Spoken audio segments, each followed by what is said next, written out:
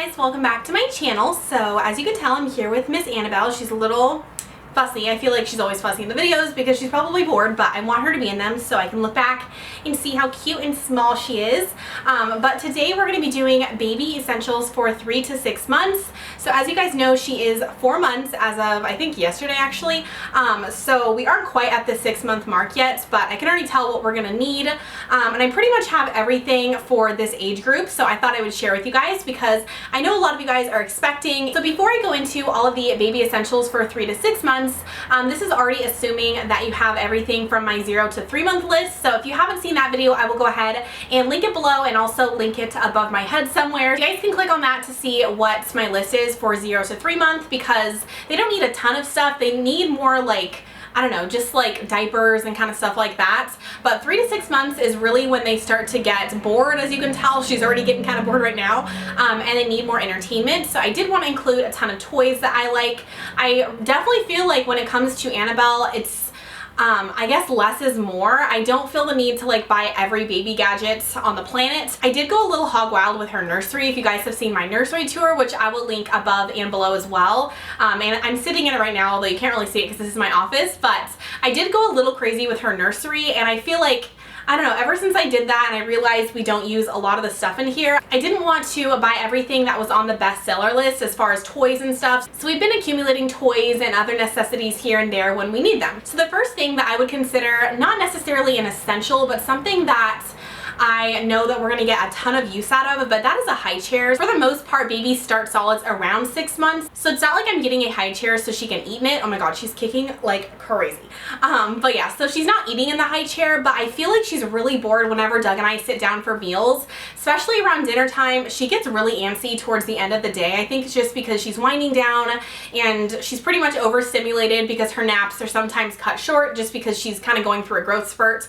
But yeah, having a high chair and having her on your eye level, I think is going to be a really big essential to basically just mealtime. The next thing that we've been using a ton is a Jumperoo. Now, I mentioned this in one of my last vlogs about the pros and cons to Jumperoos, and I actually did talk with my pediatrician, and she said it's fine to have a Jumperoo as long as their feet aren't dangling there. They have something to kick off of. So, oh, and also she said that as long as it doesn't have like wheels so the baby can like wheel themselves around, because apparently their leg can get caught. I don't know, a bunch of scary things can happen with like mobile, I don't know what they're called. I think they're, I don't know, mobile Jumperoos, or I don't know. But having something that you can sit them in other than a swing, because I think at this age, we never really got her a swing, but according to you guys, at this age, they are growing out of their swings and they're just kind of bored in those. So a Jumperoo is really great because it's good for stimulation and it keeps them interested if you want to, I don't know, wash the dishes, put your makeup on. I honestly only really put her in there for 5 to 10 minutes a day, and I'm usually sitting there with Doug because we like to see her reactions. So I don't really use it so much to occupy her, but I do know that that will be good when she's a little bit older. The next thing that we have a ton of, and something that I actually went out of my way to buy, just like the Jumperoo, but to occupy her, are teethers. We have quite a few. We have a little strawberry teether. We have, I don't even know, we have like a little dinosaur teether thing. We have teethers that come with like paper on the ends of them. So she's honestly trying to gum everything. If I put her on my shoulder, she'll try and eat my shoulder. She'll try and eat my hands, and yeah, she'll try and eat her hands. I actually recently just gave her a pacifier just to teeth with. I don't really ever see her sucking on it like it's a nipple. But yeah, she uses her pacifier to teeth on, so I thought I would go and get her some actual teethers. Her #1 favorite toy by far is the crinkle paper that we got in a PR package like a while ago that I showed you guys in the vlog. Since then, we've gotten 2 more crinkle papers. There's actually a little bit of crinkle paper on our Jumperoo, and she always goes for that first. So it may seem like the simplest toy, but at around this time, I don't think that they need anything too intricate. I just realized she's drooling a ton. They don't need anything too advanced. They just really want something that enhances their senses and helps develop them. We also got sent a taggy blanket. Well, at least that's what we call it. It's called a sensory blanket. I don't know why I call it that. But there's like little ribbons on the end of it. It has different textures, so she can feel different things, and she loves that as well. The next thing that I feel like is a big essential for 3 to 6 months is books. We didn't start out with a ton of books. I think we only really had 5, and honestly, reading the same 5 books over and over probably is more boring for me than it is for her. Actually, she's probably bored with it too. But we went to Costco the other day and got a ton of different books because we wanted to incorporate that in her bedtime routine. So having a variety of books for bedtime to keep her stimulated, I think is really good as well, especially since I've noticed now she can actually follow along with the book pages. Before, at 0 to 3 months, she would just kind of like look around the room and look at me, which is all good. But now she's actually seeing like the pictures on the page. The next thing is a big like debate with Doug and I because we really want to get a baby monitor, but I do not know which one to get. So please leave me your suggestions. I've been like hearing so many different things about monitors. I really wanted the one that kind of like connects to your phone. That way, well, Doug wants this one because he wants to be able to see her while he's at work. He's such a freak. But I like that idea because it's obviously easy and you're on your phone anyways. But I've been hearing that people can hack into your Wi-Fi or they can hack into your baby monitor on your phone. So I don't know how true that is. I honestly haven't looked it up. That's just kind of something I've heard. So I'm not sure about that one. And there are so many baby monitors. Some of them are $300. Some of them are $50. I don't know if I should invest in a really expensive one since I know I will have it for my next few kids. Even though I don't personally have one yet, I know that it's a necessity for so many moms and I cannot wait to get one once I choose one.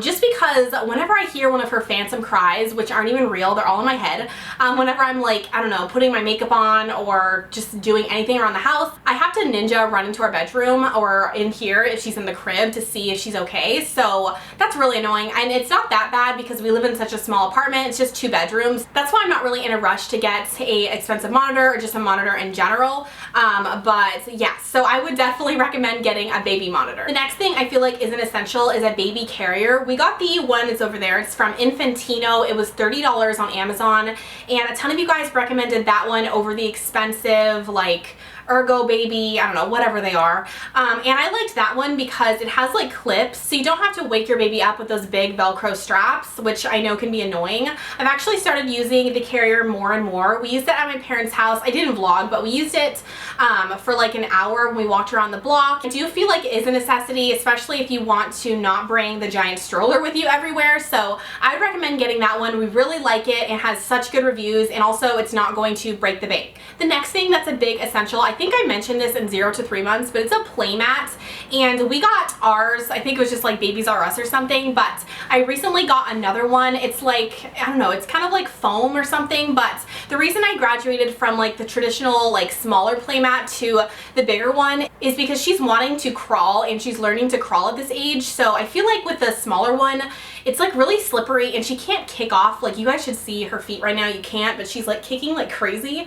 But she can't kick off of that one as easily, and it's harder to roll over on that one. She just doesn't have enough grip. So I got another one to put on our floor, our linoleum floor in our apartment, so she can actually like kick off of something and roll. So I'd recommend that one. I got it off Amazon as well. I didn't recommend this in the 0 to 3 month because my baby didn't really start drooling until she was 3.5 months. I know it depends baby to baby. Some babies get teeth at 3 months, which I think is crazy, and they drool a lot at like 2 months, but mine honestly just started drooling like as of late. But I would recommend stocking up on baby bibs. We get all different kinds. They have really cute ones on Etsy that you can just throw in the washer and the dryer. It makes it super easy. And yeah, my favorite are honestly the ones that are like the cheapy ones from, I think, Toys R Us or something. They have Velcro and they just catch everything, and when she spits up, when she drools, she doesn't ruin an outfit.